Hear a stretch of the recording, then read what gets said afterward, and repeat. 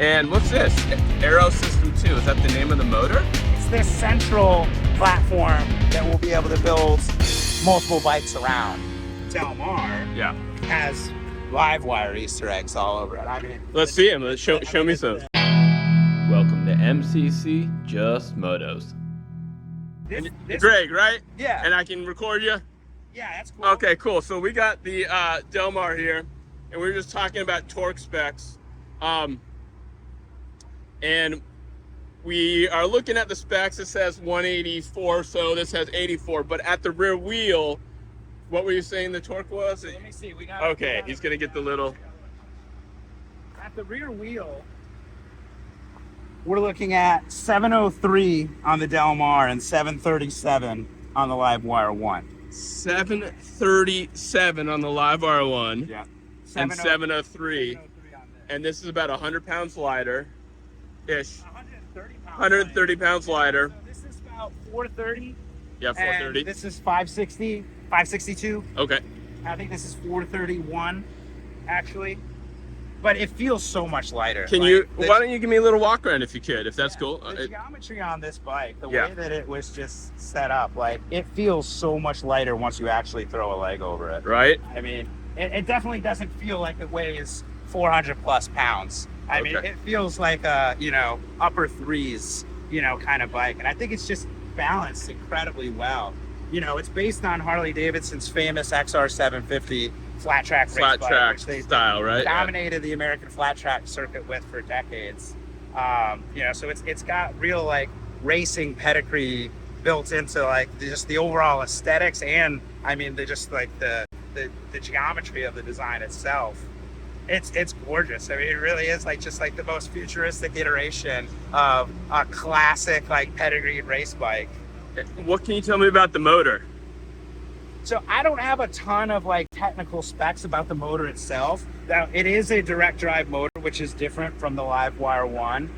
So that's I think where we're seeing those increased torque numbers coming from. It's just the whole system. There's no more beveled gear for the transfer of power. We're going directly to the belt drive system on this. And I mean, it is just like it's so incredibly torquey. Do you know what the It's not a sprocket at the rear end. Do you know is it about the same size on belt drive between? Oh, that's a good question. I'm not sure if that rear drive is the same size or not. What do they call it? Do you know? Is it a sprocket? Maybe it is, right? Yeah, the rear belt drive sprocket is what I always just call it. Yeah, I don't know. Maybe I'll measure, see if I can get a difference there. Or the belt drive pulley. Okay. Call it. But yeah, I don't know it actually. That's a good question. I'd be interested to know if it's the same size or not. I mean, I'm sure we can take a tape measure. It looks it's a different style for sure. Yeah, absolutely. I mean, a little bit. Yeah, I mean, aesthetically, it's a little bit different. And it's on other side, obviously. Right, yeah. So by getting rid of the bevel drive, it kind of theoretically could reduce parasitic losses and increase reliability and cost. I'm going to guess those three things. I would imagine. Okay. I'm not 100% sure like the total reasoning behind it. I mean, I know this just fits in with the architecture of this specific platform so well. Yeah. And that's the beauty of like the S2 Aero platform. I mean, it's designed to be pretty modular to where, the battery and the swing arm can pretty much stay the same, and then you can build a bunch of different bike models around it just by changing the subframe and the suspension, the wheels, the handlebars, the foot controls. You make the motor and the battery the centerpiece of it, and you can build a ton around it. I mean, similar to what Harley does with the Softail line, and Yamaha and a bunch of other manufacturers have been doing the same thing for years, building a bunch of different bikes around pretty much the same power plant. And it's really exciting because, it's a great design. The bike is just like performance-wise, it's absolutely amazing. I was going spec for spec of this versus the like new Ducati Hypermotard 950s. Yeah. And we're lighter. We actually have more range. Obviously they can refuel much faster. Right. But we have more range. What's the new range on it released? 113 city? 113. I think there's 4 total numbers for different speeds at highway, and city, And which is great. We've been waiting on those for a while. what are the tires on this? They're obviously a little bit flat tracky inspired, I guess, Yeah, right? so these are like dirt track inspired tires. They're matching 19-inch wheels, which is the sizes that are run in professional flat track racing. But yeah, I mean that is the flat track setup. Like anybody that runs flat track, it's always matching 19-inch wheels. That's part of the sport. So that begs the question: have you seen anyone run flat track with these for testing? Oh, I have. I mean, I've seen some marketing images and Yeah. stuff that were like released to the public. I haven't seen any video or anything. I'm real anxious to see because this is the kind of bike. Yeah. I mean, spec-wise, you could go out and pull all the lights and everything off and like run this at your local flat track at your like amateur race night. Up against guys that have spent 15, to 18,000 kitting out a KTM 450, to be just where this is right off the showroom floor. Probably not even super close. And obviously the beauty of any electric vehicle, and I think ours especially, is the fact that you can go in and completely customize how this bike rides to your taste. So whether you're a beginner or an advanced rider, you can go in and you can dial the power and the regen braking and the throttle anywhere that you want it to be. So it's multiple bikes in one. It's a bike that you can start, slower on and just gradually build into as your confidence and experience level goes up, which I think is the main selling point of any electric vehicle, car, truck, or motorcycle. That ability to custom tune it at the touch of a button is more than you could ever get out of any ICE bike. Right. Even the best power commander or FP3 or whatever tuner in the world can't get into the overall range of what can be done on an electric bike. So if I wanted to charge it, how do I do that? Where's the charging and how? So that's on this side. Let's take a look. See. Okay. Yeah. Oh, that's pretty sick. Yeah. And what kind of level is this is a J1772 plug. What does that mean for anyone who doesn't? That's pretty much like the most standard North American plug, used on electric vehicles in America right now. That, and then like the Tesla style plug. Can it do like level 1, level 2, level 3? This bike charges at either a level 1 or a level 2. The Livewire 1 charges at a level 1 or a level 3. Okay. So what's the charging time for like from 0 to full or 0 to 80 or something like that? Do you have something? 20 to 80% is 75 minutes on this, and I think a full charge is 2.5 hours from 0 to 100, if I'm correct. For level 2? Yeah, they just released all of those specs. What's this key right here? That's to get the seat off. What's under there? Is anything under there? Like storage? No. I mean, you got a little room to put like your registration, insurance, and all that. But we actually don't have under-seat storage for the charging cable on this bike, like we do with the Livewire 1. So why does the seat come off? To get at like the the componentry and like the 12-volt battery. Oh, gotcha. Stuff like that. That's your starting system. Yeah, same as the Livewire 1. That's going to run like the electronics and starting systems. Yep. Okay. What about accessories? A lot of accessories you can get for this yet, or? Not quite yet, but we are planning on doing a whole line of accessories for this. Are these stock?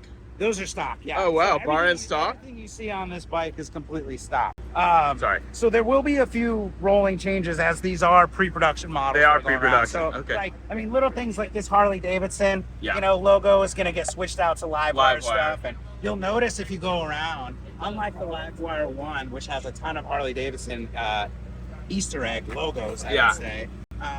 The Livewire Del Mar has Livewire Easter eggs all over it. I mean, let's see them. Let's show me some. The tires, are Livewire now instead of Harley Davidson. And they're Dunlop tires? These are, yes. Okay. I think DT1s is the model. And what's this? Aero System 2. Is that the name of the motor? Yeah, so the S2 Aero platform is the overall platform that the bike is built on, right? So that's the battery, the motor, and I think the swing arm's included in that, and the suspension. So it's this central platform that will be able to build multiple bikes around.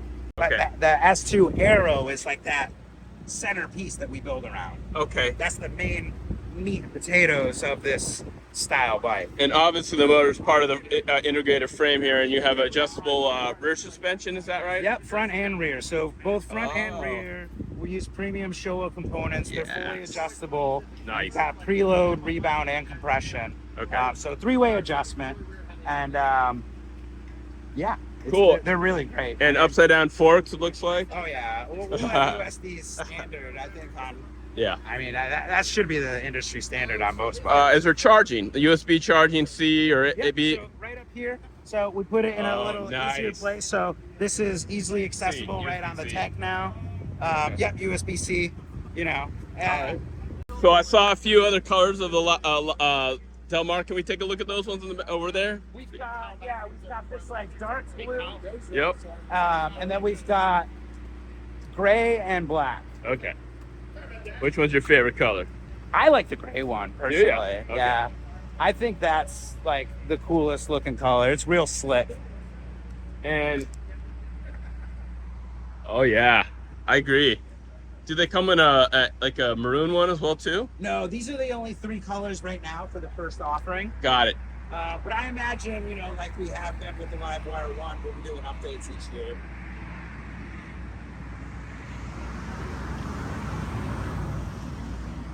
I like the gray one a lot. I think it's real good.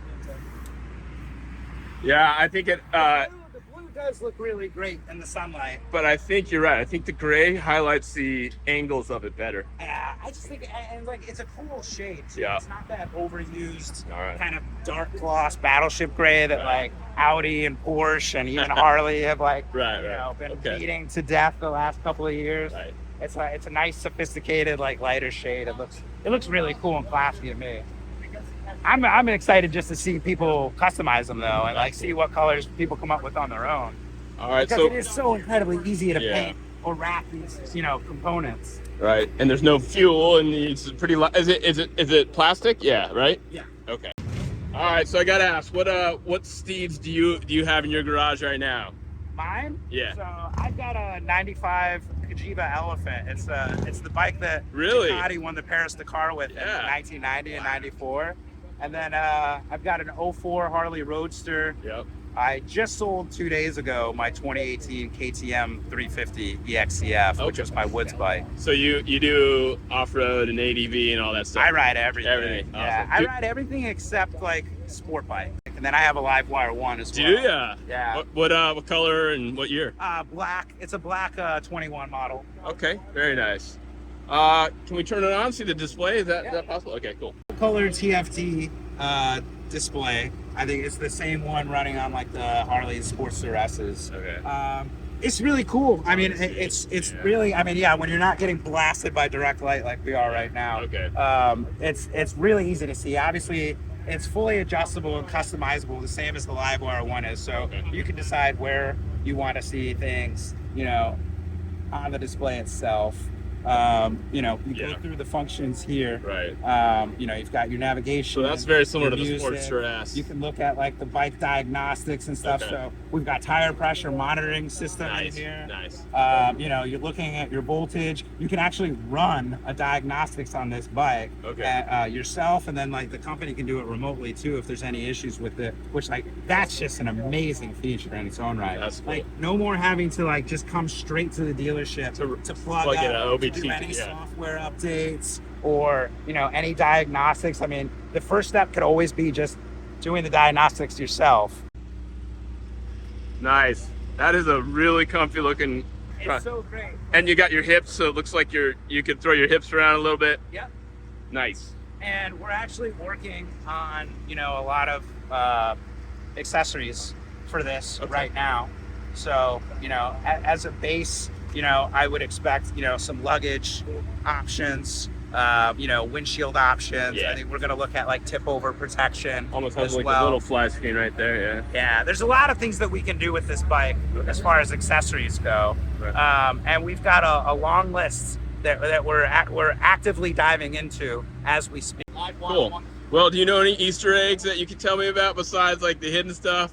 I don't know any like engineering Easter But what about eggs. like logos or anything? Oh, look at that. That's an Easter egg. That's rad. That is pretty fun. That's We'll talk about that rad. enough, Okay, yeah. hold on. Let's see if we can. So that's the little stuff you'll find. Oh right? wow! Look at that. Looks like electrical volts or something. That's cool. Yeah, you're not gonna see a lot of like Harley Davidson stuff, and you'll even notice like in our Oh, tweets yeah, and yeah. lights, we've got the Livewire logos Okay, and stuff okay. built in, whereas there's Harley logos built in everywhere on the Livewire. Well, listen, it's Greig, right? Yep. All right, cool. I really appreciate it. Thank you. Yes, sir. Thank you so much. I'm gonna go sign up. We'll get some more video and Yeah. go for a ride. Go Thank take you. a rip.